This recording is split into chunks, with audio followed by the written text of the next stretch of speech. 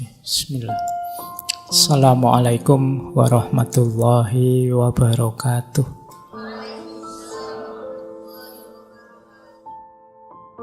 Untuk menuju ikhlas itu, catatan saya ada 4 untuk menuju yang khawasul khawas tadi. Yang pertama memang untuk kita bisa sepenuhnya lillahi ta'ala itu harus bersih. Tadi kan definisinya bersih. Bersihnya diri dari dosa dan kemaksiatan. Ini level paling awal. Jadi semoga teman-teman tidak termasuk golongan yang ngeyel ya. Kadang-kadang ada orang ngeyel, apa bisa Pak ada manusia yang bersih dari dosa dan kemaksiatan. Itu kan mesti ono sing takok ngono. Paling tidak bersih dari dosa dan kemaksiatan yang disengaja. Jadi ya manusia memang kadang khilaf, manusiawi saja kita pun kadang kepleset. Tapi semoga bukan memang secara sengaja ngerti dosa ditabrak saja. Ngerti maksiat ditabrak saja. Kamu tahu kalau lihat gambar yang kayak gitu itu dosa, tapi eman-eman ya Pak, terus ya wis. Ya sudah, berarti kamu level awal saja masih belum bersih. Jadi kok tidak sengaja terlihat tidak apa-apa, rezeki. Itu kan ada kalimatnya yang laka al-ula. Laka al-ula itu ya memang kok tidak sengaja kelihatan, itu kan rezekimu memang laka al-ula. Tapi setelah itu jangan diulangi. Ya, kalau ada eman-emannya tadi berarti sengaja. Yang pertama kan tidak sengaja, tidak masalah. Ya, kalau diulang lagi gitu. Jadi kamu kok setelah lihat kok terus diulang lagi, atau tidak diulang tapi dipendelengi terus. Saya tidak ngulang kok Pak, ya tak lihat tapi ya suwi nontonnya padha wae. Ya, jadi kamu kan logikamu kan begitu, eman-eman Pak, nanti kalau dosa ya tobat lagi lah Pak. Berarti di level awal kamu belum lulus, belum bersih. Jadi khilaf melakukan dosa manusiawi, tapi usahakan tidak secara sengaja kamu memasukkan dirimu ke ranah dosa dan kemaksiatan. Ini level paling awal loh ya. Kalau ini saja kamu berat ya, naiknya agak panjang nanti prosesnya. Paling tidak berusahalah. Karena kuasanya manusia itu terbatas. Insya Allah kalau usahamu sungguh-sungguh, Allah ridho dan berkenan, nanti Allah yang menolongmu. Sehingga kamu naik kelasnya lebih cepat. Tapi kalau kamu malas, kamu memang secara sengaja tidak ingin memperbaiki diri, naik level itu, ya Allah tidak akan datang. Ana inda dzonni abdi bi. Jadi yuk dinawaitui saja dan diikhtiari semampunya. Insya Allah kalau memang sungguh-sungguh Allah ridho, Allah akan hadir membantu kita, menaikkan makom kita, memberi akhwal yang cocok untuk kita. Kalau sudah lulus di level pertama, kita bisa naik ke level kedua, bersih dari segala keterikatan duniawi. Jadi kalau ini lebih berat lagi. Di sini mungkin banyak hal yang halal, banyak hal yang mungkin boleh saja, bisa saja. Tapi jangan sampai kita terikat. Terikat itu tergantung dengan itu. Pak, segalanya kan perlu uang Pak, ini namanya terikat sudah. Saya ada uang, alhamdulillah. Tidak ada uang, ya tidak apa-apa, nyari jalan yang lain. Emangnya kalau tidak ada uang saya tidak bisa makan? Teman banyak kok. Misalnya, ini namanya kan tidak tergantung uang. Tapi sama teman juga jangan tergantung. Jadi kalau tergantung ya sama, dari satu keterikatan yang lain. Jadi ayo kita lepaskan diri dari tidak tergantung. Itu bukan berarti dibuang loh ya. Tidak tergantung itu tidak mempengaruhi kondisi kita, keimanan kita, keistiqomahan kita dalam kebaikan. Ini namanya tidak tergantung. Makanya ada ayat yang bilang bahkan amwalukum wa auladukum fitnah. hartamu, anak-anakmu bisa jadi fitnah. Kalau itu membuatmu melekat, tergantung, sehingga engkau berjarak dari Allah, sehingga engkau terhijab dari Allah. Ketergantungan kita satu-satunya yang sah hanya Allah saja. Allahus Somad. Jadi pokoknya apapun yang terjadi, saya harus lulus semester ini misalnya. Itu nanti hati-hati bisa jadi ketergantungan. Boleh kamu punya nawa itu begitu, tapi kalau memang jalannya berhadapan dengan halal haram, baik buruk, jangan diterjang saja. Kalau kamu terjang saja ketergantunganmu, itu namanya sudah tergantung. Orang tergantung itu kan apapun yang terjadi saya harus di situ, saya harus itu. Tidak peduli halal, tidak peduli haram, tabrak saja. Yang penting calonku jadi. Meskipun aku bikin hokkah, bikin anukah, ini sebenarnya nama dari ketergantungan. Kamu memaksakan diri harus itu namanya ketergantungan. Pokoknya harus orang ini yang jadi presiden, atau harus calon ini. Ini sama, cara berpikir melekat, ketergantungan. Tapi kan orangnya memang baik, iya tidak masalah. Kamu mendukung dia atau membela dia, tidak apa-apa. Tapi jangan sampai ke level ketergantungan. Harus dia, apalagi sampai kamu halalkan segala cara. Ini level 2. Level 3 ini agak berat lagi. Bersihnya diri dari ego kita sendiri. Jadi dari aku tadi. Aku yang pinter, aku yang ngerti, aku yang hebat, aku yang bisa ini, aku yang bisa itu. Keinginanku ini, keinginanku itu, cita-citaku ini, cita-citaku itu. Ini aku, ini agak berat perangnya. Makanya levelnya atas itu, level 3. Perang paling berat itu perang melawan diri kita sendiri. Melepaskan diri dari ketergantungan di luar diri lebih mudah daripada ketergantungan pada ego kita sendiri. Ini juga harus ditaklukkan. Kalau yang nomor 3 sudah takluk, insya Allah kita cepat segera masuk ke yang nomor 4. Allah saja satu-satunya yang jadi fokus perhatian kita. Baik, ini diingat-ingat ya rutenya 4 ini. Saya lanjutkan, malam ini materinya agak banyak. Kalau masih belum tertangkap, diulang lagi boleh. Direnungi setiap slide-nya. Nah, ini materi panjang harus saya ringkas.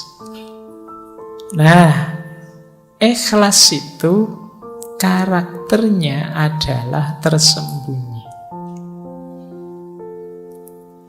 Hanya yang ngalami dan Allah yang tahu dia ikhlas atau tidak.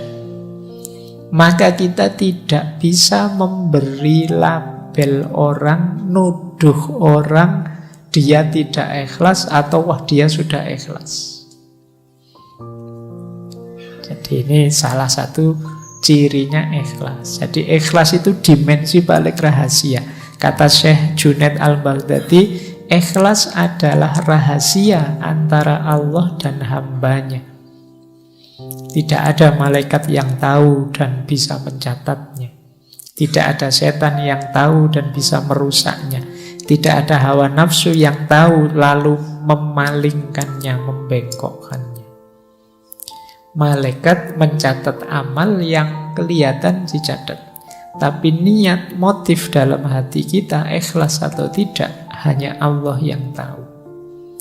Nah, ini kata Syekh Junaid Al-Baghdadi. Jadi dia memang sangat rahasia. Orang itu bisa kelihatan sangat ikhlas padahal tidak. Misalnya, wah Pak Faiz itu ikhlas sekali ya ngaji tiap malam Kemis, tidak pengen apa-apa. Itu kan kamu melihatnya begitu, tidak pengen terkenal, tidak pengen kata siapa. Ya kan? Kamu kan tidak bisa menilai hanya dari kelihatan luarnya. Kalau urusan ikhlas, jadi hanya kalau tentang saya ya hanya saya dan Allah yang tahu. Ya untunglah Allah itu sayang sekali sama kita ya. Aib-aib kita itu tidak dibongkar mentah-mentahan kayak kalian bongkar aibnya musuhmu di medsos-medsos itu. Kalau Allah sebaper itu habis kalian. Jadi kamu mungkin tidak berani keluar rumah sudah. Baik, jadi ikhlas itu berarti tersembunyi. Maka dia tidak bisa jadi komoditas kebencianmu atau kecintaanmu pada seseorang. Pilihlah tokoh ini orang ini paling ikhlas loh dia itu. Ya dari mana melihatnya? Karena ikhlas atau tidak, hanya Allah dan yang bersangkutan yang tahu. Jadi ini karakter pertama dari keikhlasan. Dia tersembunyi.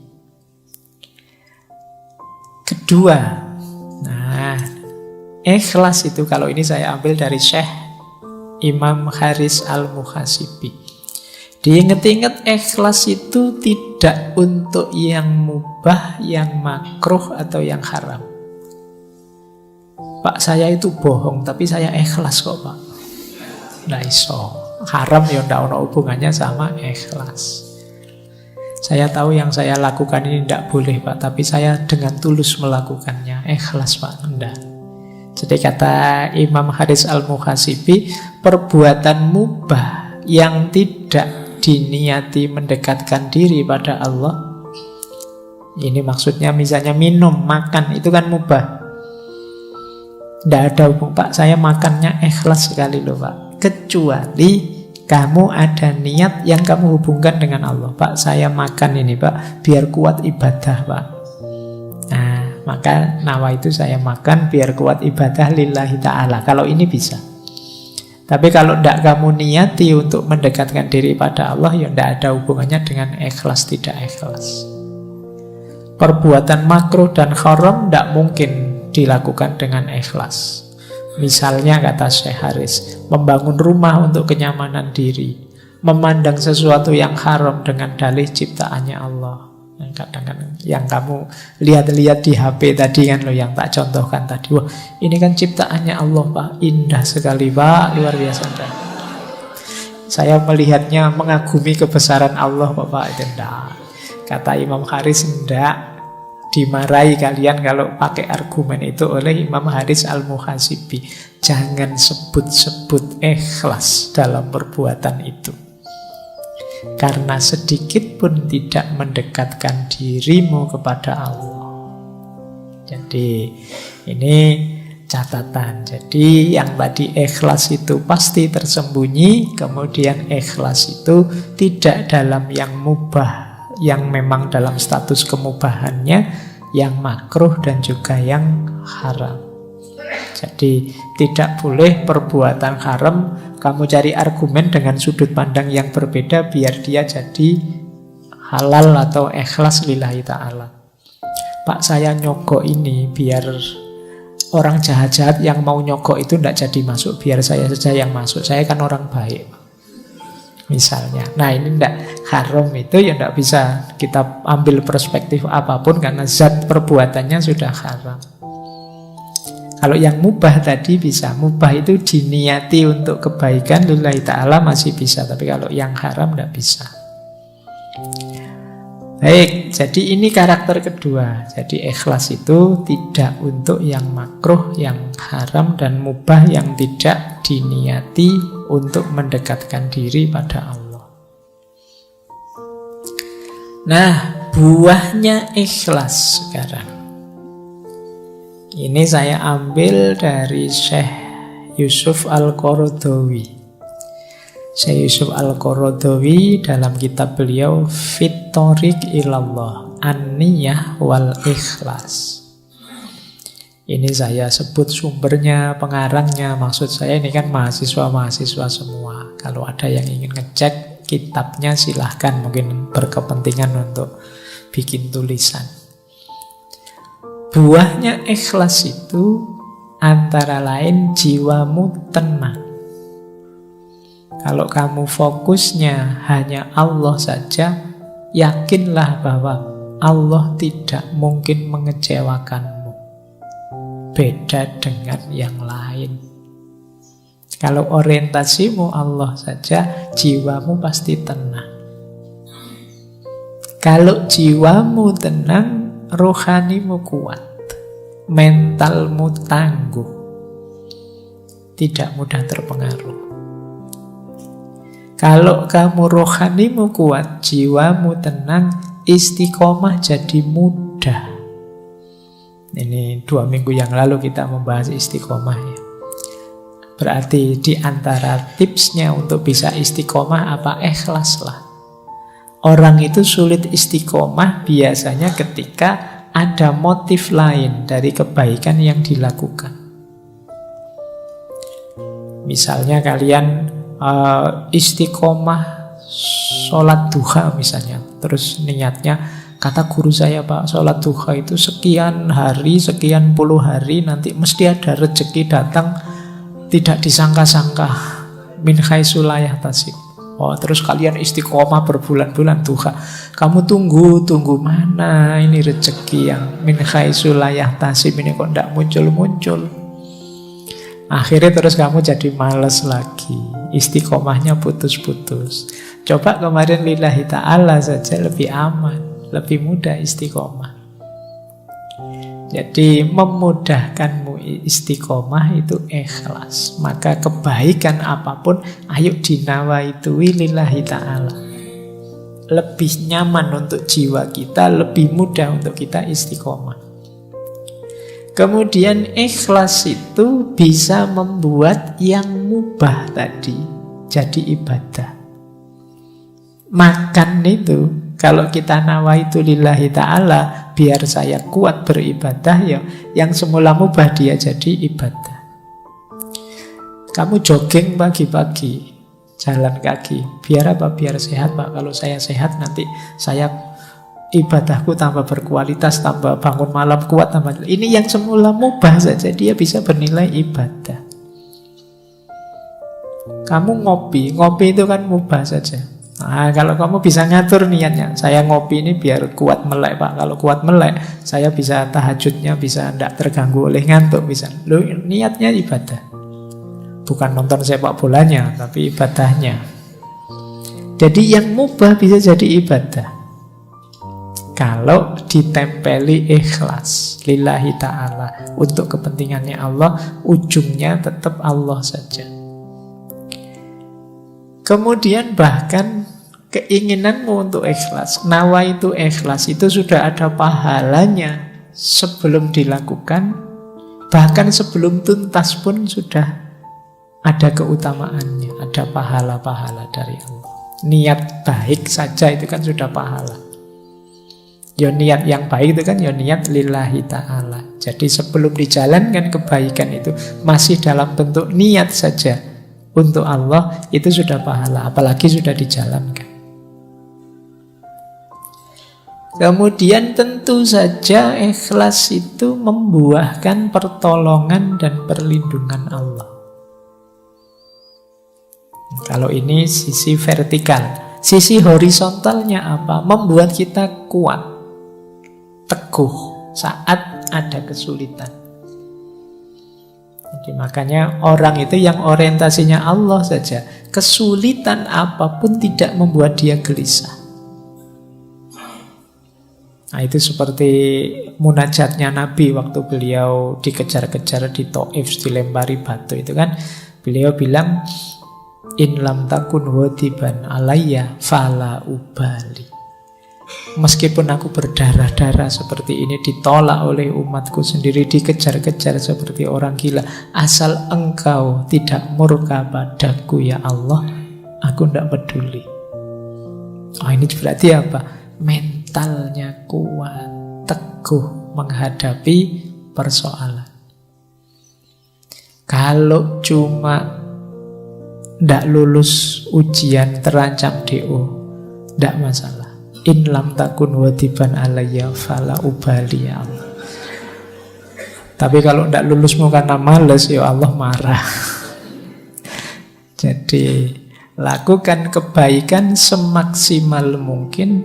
Kalau hasilnya tidak seperti yang kamu harapkan, tidak masalah. Yang penting Allah ridho, Allah itu ridho karena engkau tidak nabrak aturan-aturan yang Dia tetapkan. Jadi ini buahnya orang ikhlas. Dari vertikal, horizontal, ke dalam, keluar, itu buahnya sangat positif. Latihanlah untuk jadi orang ikhlas. Baik, kita lanjutkan. Nah, sekarang muhasabahnya, ayo dicek. Dalam diri kita ini sudah ada kualitas ikhlas atau belum? Ini ada beberapa ciri. Kita ambil dulu ciri umum ya. Ini tanda-tanda kita sudah ikhlas. Yang pertama apa? Melakukan sebaik mungkin kebaikan termasuk ibadah meskipun sedang sendirian. Nah, ini berarti kita ciri-ciri orang ini ikhlas. Fokusnya Allah saja.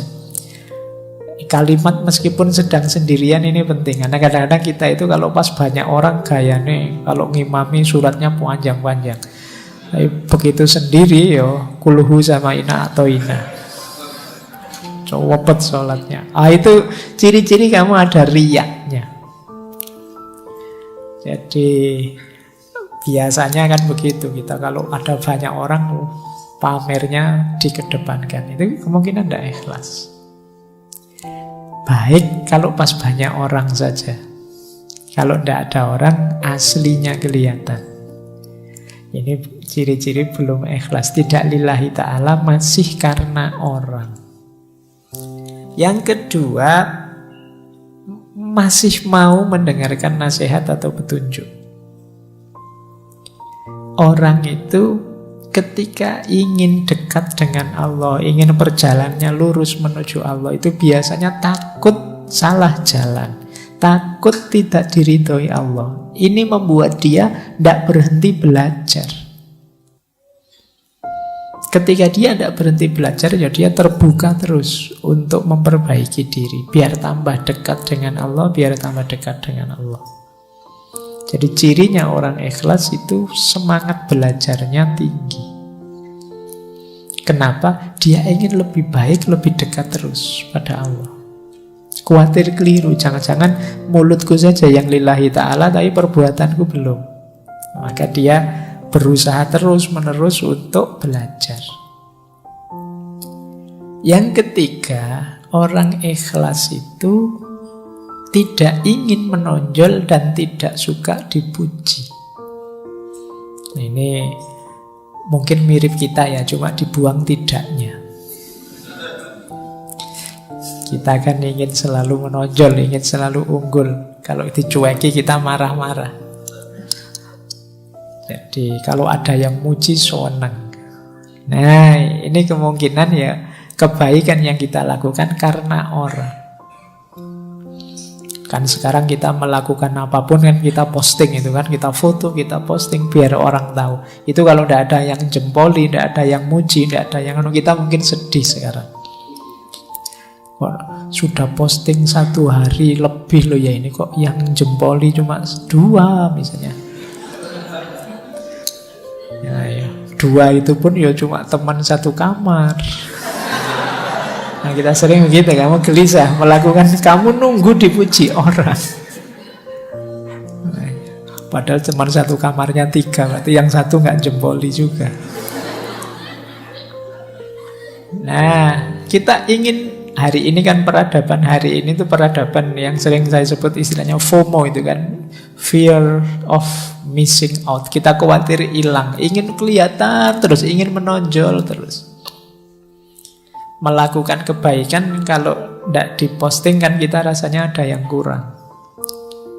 Kadang-kadang sholat saja kan kita posting, berangkat ke masjid nih, terus nanti di depan sana,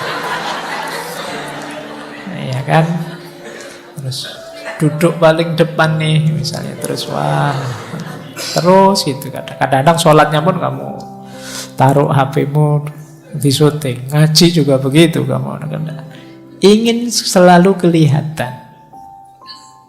Nah, baik, orang ikhlas itu tidak ingin menonjol, tidak suka dipuji. Bahwa orang muji monggo saja, itu bukan yang saya kejar. Bahwa saya kok kelihatan unggul, kelihatan menonjol di antara yang lain, tidak masalah. Tapi itu bukan target.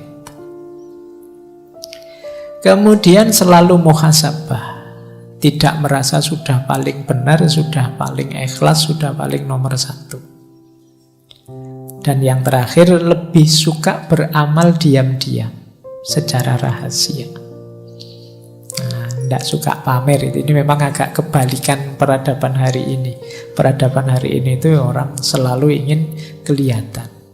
Mungkin juga mental kita itu, kalau kita kan sering kalau ada apa-apa, tidak ada fotonya hoax, tidak ada videonya hoax. Jadi akhirnya bawah sadar kita itu melakukan apapun ada fotonya, ada videonya.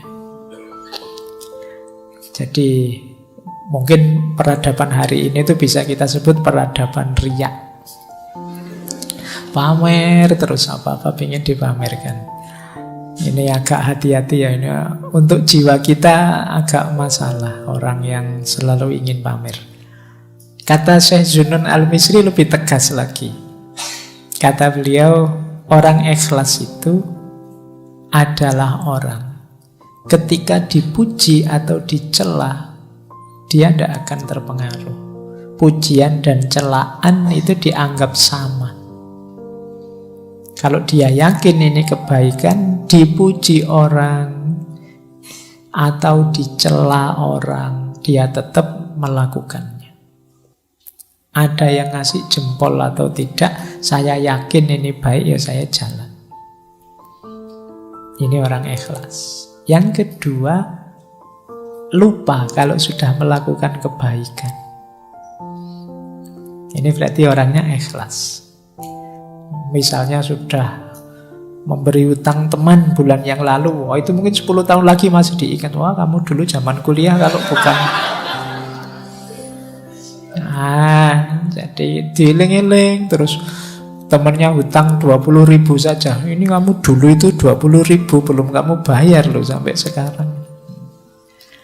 Baik, ya berarti memang ya tidak salah, cuma belum ikhlas. Ikhlas itu biasanya tidak dianggap lagi. Sudah melakukan kebaikan, ya sudah saatnya kebaikan selanjutnya. Jadi tidak hanya mengagumi kebaikan yang lama, tapi selalu memproduksi kebaikan yang baru. Cirinya orang ikhlas.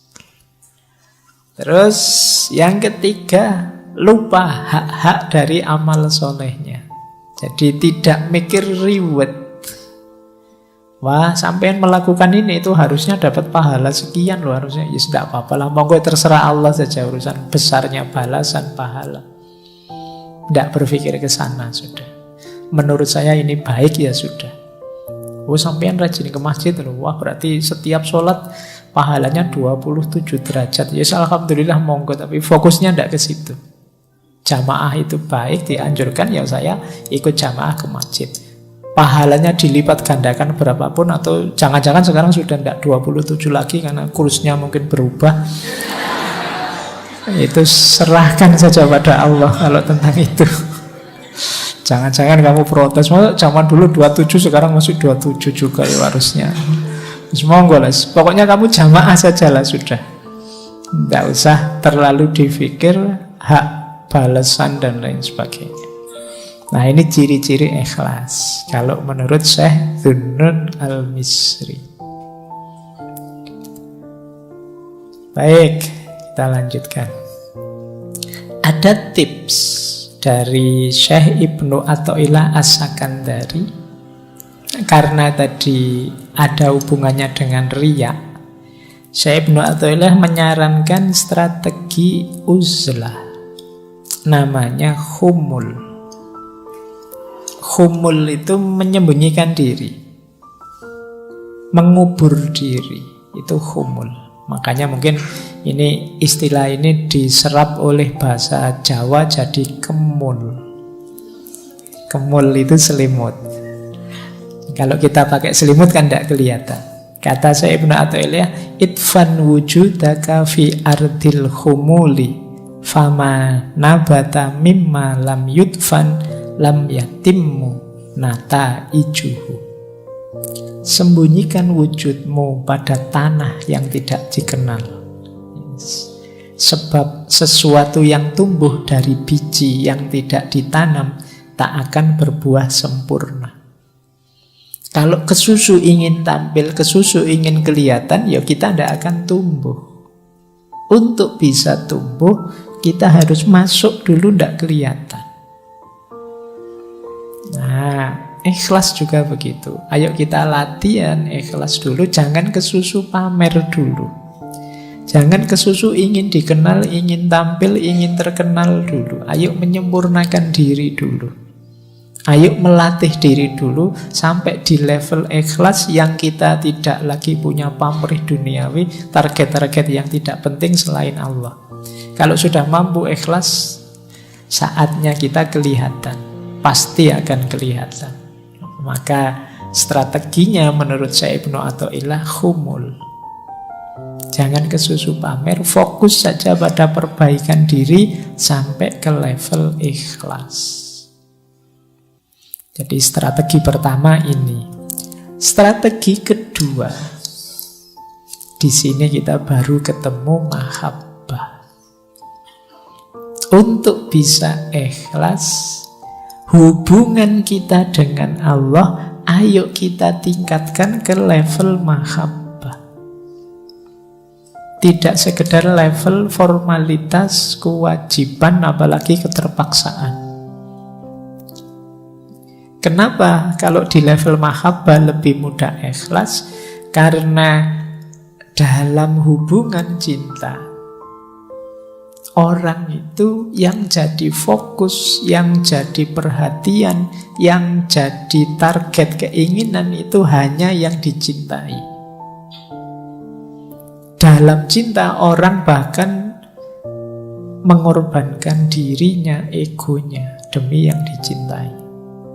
Loh, ini kalau yang kita cintai Allah kan berarti hidup kita tadi ikhlas itu kan lillahi ta'ala, hanya untuk Allah saja, otomatis terpenuhi.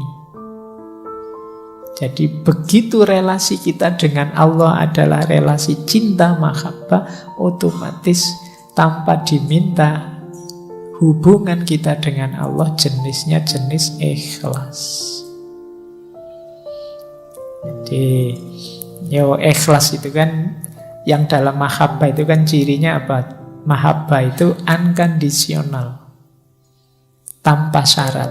Orang yang benar-benar cinta itu kan kalau melakukan kebaikan untuk yang dicintai itu kan tanpa syarat, tanpa aku cinta padamu asal engkau mau begini ya begitu, itu namanya belum cinta. Ini di sesi-sesi cinta sudah bolak-balik dijelaskan. Cinta yang sejati itu unconditional. Aku mau sama kamu asal IP-mu minimal 3,7 lah kalau masih. Nah, ini namanya tidak cinta. Aku mau asal gajimu sekian, ini namanya kondisional. Kalau cinta itu unconditional. Jadi sama Allah juga begitu, tidak pakai tawar-menawar. Kenapa kok kamu serius sekali ibadah? Biar Allah itu memberi anugerah, saya bisa kaya raya, saya punya banyak karomah, bisa jalan di atas air, atau saya punya apa? Tidak itu, tujuanku Allah saja. Jadi fokusnya hanya Allah saja, orientasinya hanya ridhonya Allah saja. Kayak kalian yang sedang jatuh cinta, itu kan ketika membahagiakan yang kamu cintai, itu kan senangnya luar biasa. Ya tidak harus pacarmu, orang tuamu pun yang sangat kamu cintai, kalau kamu bisa membahagiakan mereka, itu kan senangnya luar biasa. Maka cintailah Allah, otomatis hubunganmu dengan Allah berubah jadi hubungan ikhlas tadi, hubungan yang bersih, jernih, tidak ada yang lain selain Allah saja. Nah, ini strategi kedua. Yang pertama tadi humul, yang kedua mahabbah. Ada tips dari Imam Ghazali untuk meningkatkan mahabbah kita menuju mahabbahnya Allah, cinta pada Allah. Jadi Ini kalau bahasa saya teori dari mahabbah menuju ikhlas. Kata Imam Ghazali, ayo dipikir pelan-pelan ya.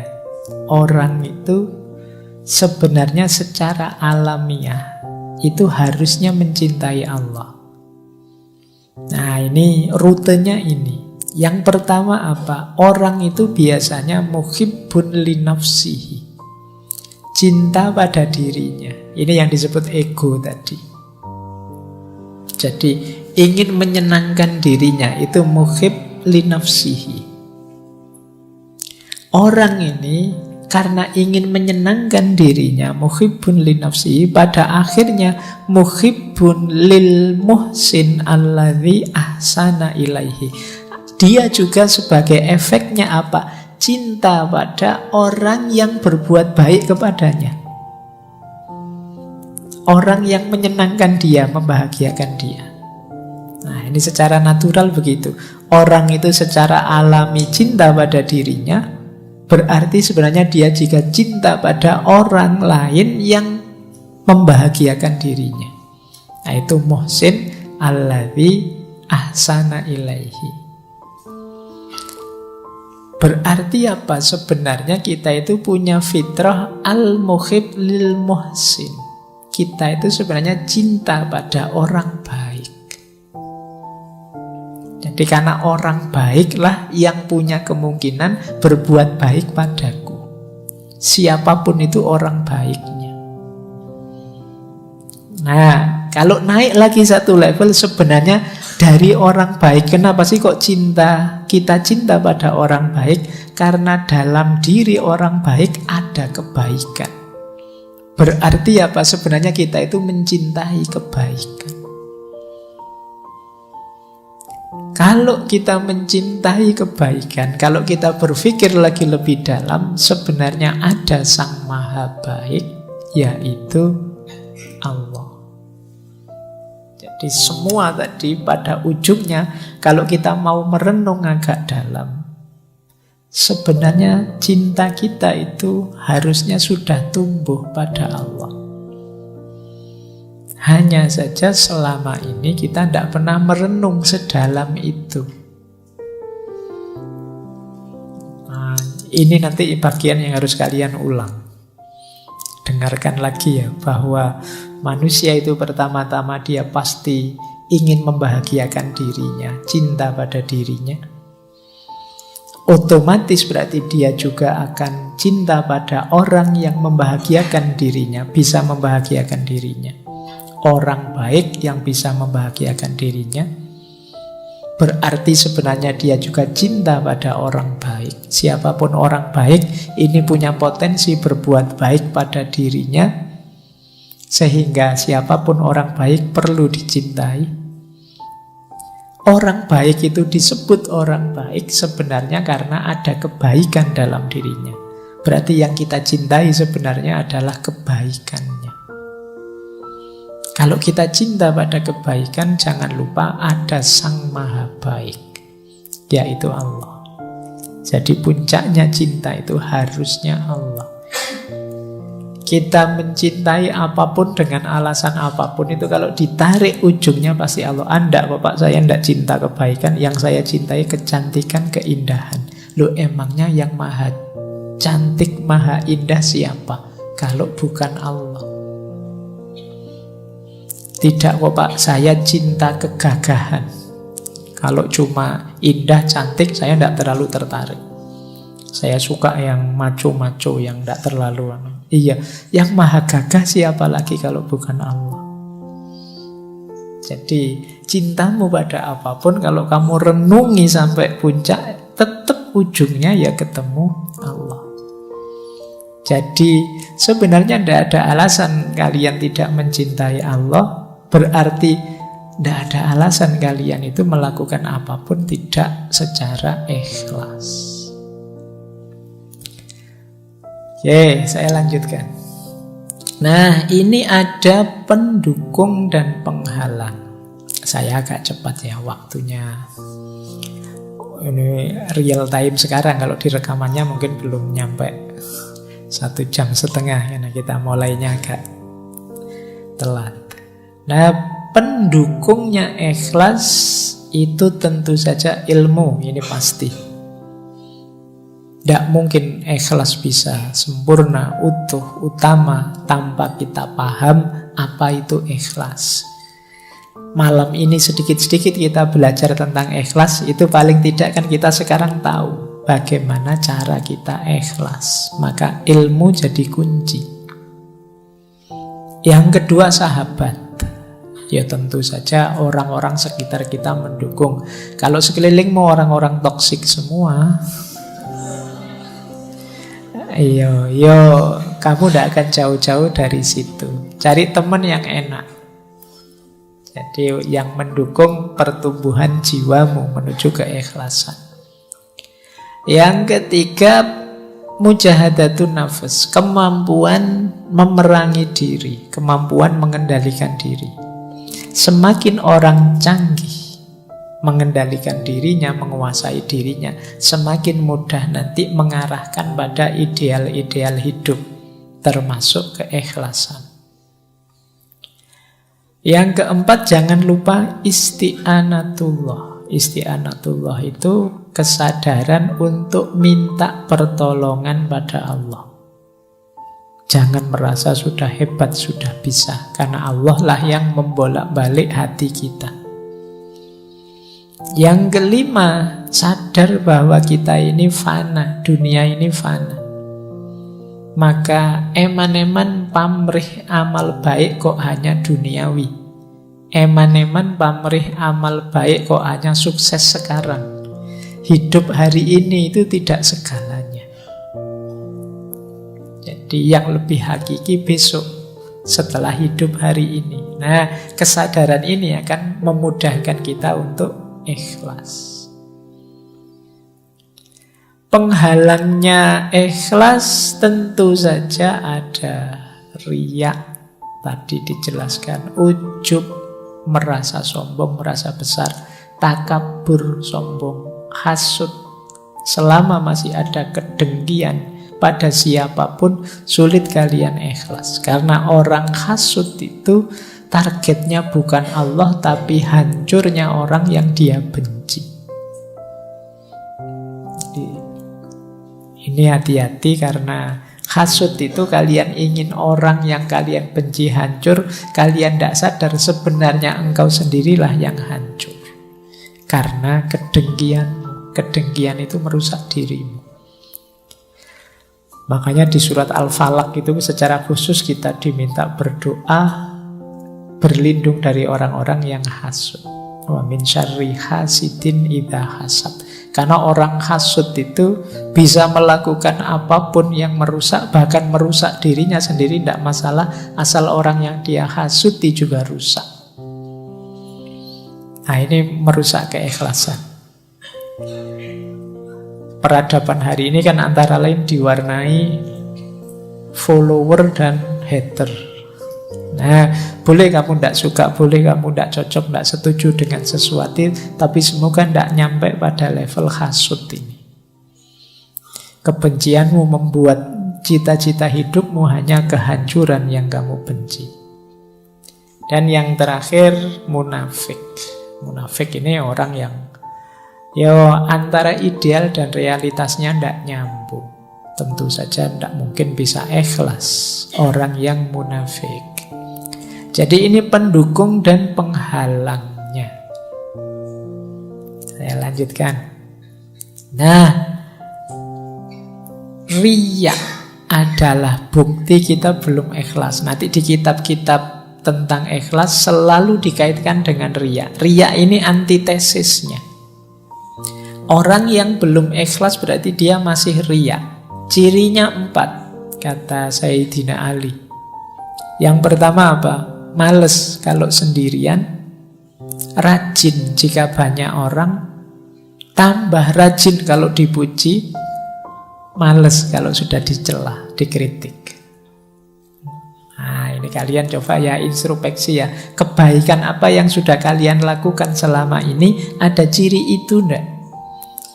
Kalau sendirian ogah-ogahan, begitu banyak orang kelihatan rajin. Kalau sholat sendiri 2 menit, Kalau ngimami orang banyak bisa 8-10 menit. Nah, itu alamat ada unsur pamernya. Tambah rajin kalau dipuji. Wah, sampean kalau ngimami suaranya indah sekali. Wah, besok tambah panjang suratnya. Males kalau sudah dicela. Begitu dikritik, besok disuruh ngimami. Yang lain sajalah, saya ada kekurangannya. Nah, itu coba hati-hati dengan riya. Itu penghalang besar dari ikhlas. Ada uraian bagus dari Syekh Izzuddin Abdus Salam. Ini saya agak cepat. Tentang mengapa kok kita itu mudah riya. Kata Syekh Izzuddin, nafsu kita itu punya kesadaran bahwa semua manusia, apakah itu orang baik, orang tukang maksiat, atau raja, itu kan menghormati, memuji, senang dengan orang soleh. Bahkan mereka rela mengorbankan harta dan jiwa demi mengabdi pada orang-orang soleh. Menyadari hal ini, hawa nafsu kita terus mendorong kita pura-pura jadi orang soleh. Biar dicintai, biar dihormati, biar diberi status tinggi oleh orang-orang. Jadi ini nafsu. Jadi dengan kata lain, biar perkataan kita didengar, perintah kita dipatuhi, kesalahan kita dimaafkan, kita tidak dimusuhi, kita tidak disakiti, ayo pura-pura jadi orang soleh. Akhirnya kita tidak ikhlas lagi. Wah, enak ya kelihatan jadi ustadz itu, followernya banyak, nanti butuh apa-apa followernya yang menyediakan. Nanti kalau dikritik yang lain yang jawab, dia tidak usah ngapa-ngapain. Kalau dia kemana-mana diajak foto, disalami, wah saya tak gaya kayak gitulah misalnya. Jadi kita riya itu sebenarnya karena dorongan nafsu. Kita melihat fasilitas, kita melihat status, kita melihat kenikmatan orang-orang soleh. Terus kita ingin niru luarnya saja biar kita dianggap soleh. Nah, ini kata Syekh Izzuddin, sumbernya riya itu. Kenapa sih kalau pas ngimami orang banyak kita terus suratnya panjang? Biar kita dianggap orang yang hafalannya banyak, kita dianggap orang yang hafid yang luar biasa dan seterusnya. Nah, ya lagi-lagi tetap ikhlas hendak itu dalam batin. Ini untuk kita sendiri ya, jangan dipakai nembak orang. Dan kita itu kan sering kalau dapat gini-gini kita pakai nembak orang lain. Oke. Nah, ini saya bacakan cepat. Kita sering terjebak di sini. Termasuk riya adalah pertama apa? Agar kita tidak dicela orang. Antara lain apa? Ini termasuk riya kata Syekh Izzuddin. Pura-pura di depan karena takut dipandang rendah. Wah, ini saya harus duduk paling depan ini biar dianggap santri yang paling rajin misalnya. Kalau niatnya itu riya.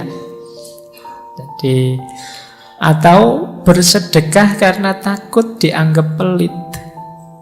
Berperilaku seperti orang soleh karena khawatir dianggap orang biasa. Wah, saya sotakonya tak beri yang banyak biar dianggap dermawan. Nah, ini karena takut dianggap pelit. Termasuk riya, kata Syekh Izzuddin, tidak berani bertanya karena takut dianggap bodoh. Saya mau tanya tapi takutlah nanti dianggap bodoh sama orang kalau balik tanya. Ini sebenarnya termasuk riya. Kamu kan berarti apa? Pura-pura pinter. Padahal ya pingin tanya, wong nggak ngerti, disuruh tanya diam saja. Ini jenis riya juga. Atau kata Syekh Izzuddin, pemuka agama yang dapat pertanyaan sulit tentang satu masalah yang dia tidak tahu, karena takut dianggap bodoh terus jawab sak bisanya sesukanya. Ini riya juga. Ya kalau memang tidak tahu ya jawab saja saya tidak tahu. Jadi karena kadang-kadang kan beban kan dianggap panutan, dianggap tokoh, itu kan harus bisa menjawab apa saja. Kadang-kadang pertanyaan apapun dijawab. Harus kalau memang tidak tahu kita bilang tidak tahu. Dulu pernah kita mengkaji wisdomnya Imam Malik itu. Karena Imam Malik itu kan pernah dari sekian puluh pertanyaan yang diajukan dijawab cuma 4. Sisanya beliau jawab ana la adri. Tidak tahu saya. Oh sekarang kalau ada ustadz begitu dianggap ustadz, wah apa ustadz ditakoni kok tidak tahu terus. Tapi justru yang mulia yang seperti itu. Jangan ngawur, kalau memang tidak tahu bilang tidak tahu. Atau karena takut dianggap ilmunya sedikit terus ngarang-ngarang kalau ngomong. Sudah meriwayatkan nulis kitab apa, ngerti temennya males baca buku, oh saya sudah baca buku ini, padahal ya nggak pernah. Nah ini juga termasuk riya. Berarti kamu nutup-nutupi fakta bahwa kamu males membaca. Atau ingin cari keuntungan.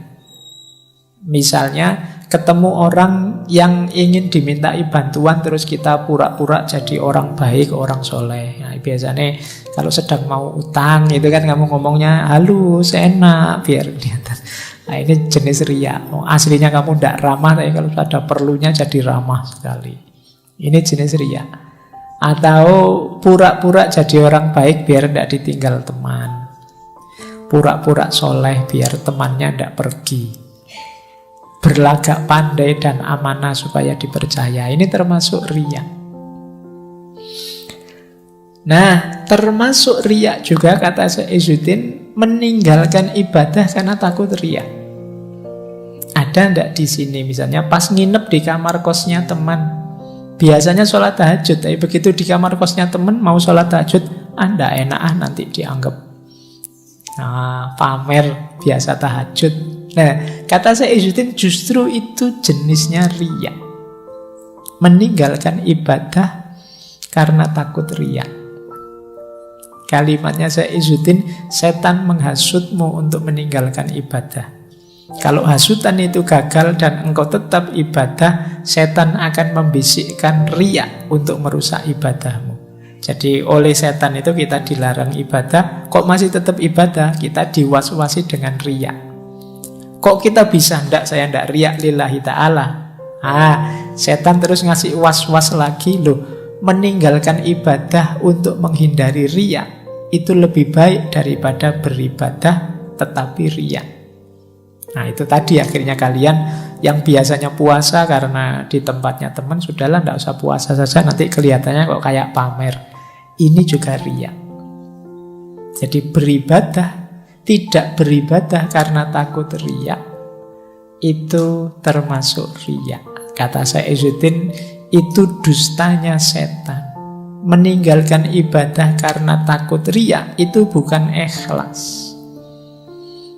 Jadi ikhlas itu beribadah karena Allah saja, bukan karena manusia.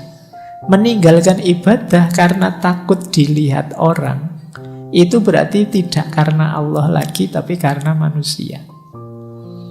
Meninggalkan ibadah karena takut dianggap Allah, kamu anak soleh ya, kamu sok anu lah. Karena takut label-label dari orang, ini juga jenis riya, kata Syekh Izzuddin. Jadi ikhlaslah lillahi ta'ala, pokoknya full semuanya karena Allah saja, tidak karena macam-macam.